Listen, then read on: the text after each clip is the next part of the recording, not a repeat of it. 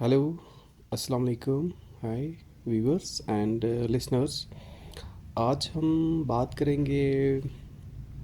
चलिए back pain के बारे में बात करते हैं। देखिए, बैक पेन में जिसको थोड़ा सा डिस्क पे स्ट्रेन आया हो, डिस्क की थोड़ी सी प्रॉब्लम स्टार्ट हो गई हो, चाहे लंबर वर्टिब्रास की प्रॉब्लम बोल दो आप, या L5S1 पे प्रॉब्लम बोल दो आप, या तो मस्कुलर लोअर बैक के जो मसल्स हैं वो वीक हो जाती है टाइम के दौरान, एज के दौरान, या किसी और चीज़ से, यूरिक एसिड के कारण से जिसमें बॉडी में क्रिस्टल्स जमा हो जाते हैं, उससे भी मसल्स पेन होती है, मसल स्पाज्म होता है, और फिर उसकी पेन जो है पूरा एक लेग में पूरा नीचे तक रोटेट होती है। तो इंसान को लगता है कि मुझे भी कहीं डिस्क की प्रॉब्लम ना हो गई हो।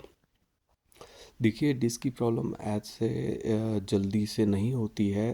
अगर होती भी है तो उसमें क्या होता है, जो इंट्रिंसिक हमारे मसल्स होते हैं, चाहे एब्डोमेन के कोर मसल्स हैं, बैक के कोर मसल्स हैं, पैल्विक मसल्स हैं, इनकी जो वीकनेस होती है लैक ऑफ एक्सरसाइज से या बैड पोस्चर से, इम्प्रॉपर लाइफस्टाइल से, तो इसकी वजह से, और calcium, vitamin D, magnesium, methylcobalamin, folic acid, कुछ मल्टीविटामिन्स की, मिनरल्स की डेफिशिएंसी की वजह से तो ये बैक पेन होना शुरू हो जाती है। पॉइंट करें नोट यहाँ पे, मैंने केसेस देखे हैं कि जिनमें आयरन की कमी भी होती है, उनको भी बैक पेन, जॉइंट पेन होता है, और जैसे ही उनका ट्रीटमेंट कैल्शियम, विटामिन डी, मिथाइलकोबालामीन या ऐसे सप्लीमेंट्स, हर्बल सप्लीमेंट्स जिनमें विटामिन हो, कैल्शियम्स हो, मिनरल्स हो, मैग्नीशियम हो, जिंक हो, ऐसी चीज़ें होती हैं,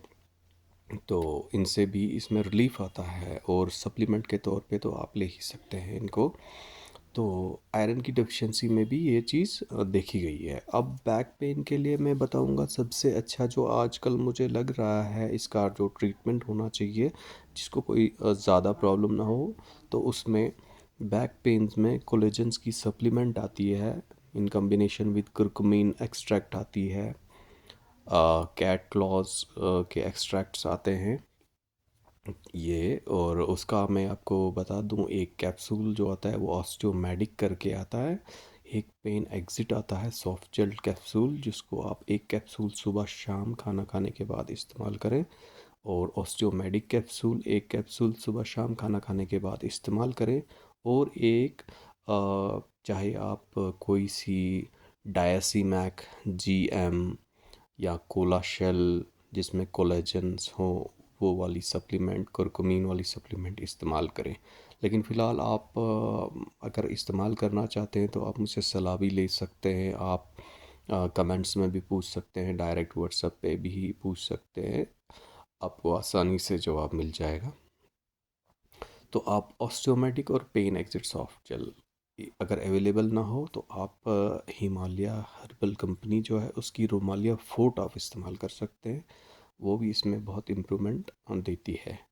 वो एक टैबलेट सुबह शाम इस्तेमाल कर सकते हैं। याद रहे, uric acid, vitamin D3 level body में चेक कराना ज़रूरी है। आपका HB लेवल चेक कराना ज़रूरी है। Serum calcium, magnesium, phosphorus, vitamin D, vitamin B12, ये सब चीज़ें रूल आउट कराना ज़रूरी है। तो इनका ध्यान रखें। वीडियो ज़्यादा लंबी ना करेंगे हम तो। और अगर नेक्स्ट आपको किसी भी चीज़, चाहे माइग्रेन पे भी मेरा एक हर्बल सप्लीमेंट बनता है, अच्छा रिज़ल्ट आता है। APD के लिए आपको क्रॉनिक प्रॉब्लम है, उसमें भी आप सलाह ले सकते हैं कि कौन सा टेस्ट हम करवाएं, कौन से मेडिसिन इस्तेमाल कराएं। किडनी स्टोन्स के लिए भी हमारी एक अच्छी सप्लीमेंट बनती है, उसमें भी आप इस्तेमाल कर सकते हैं।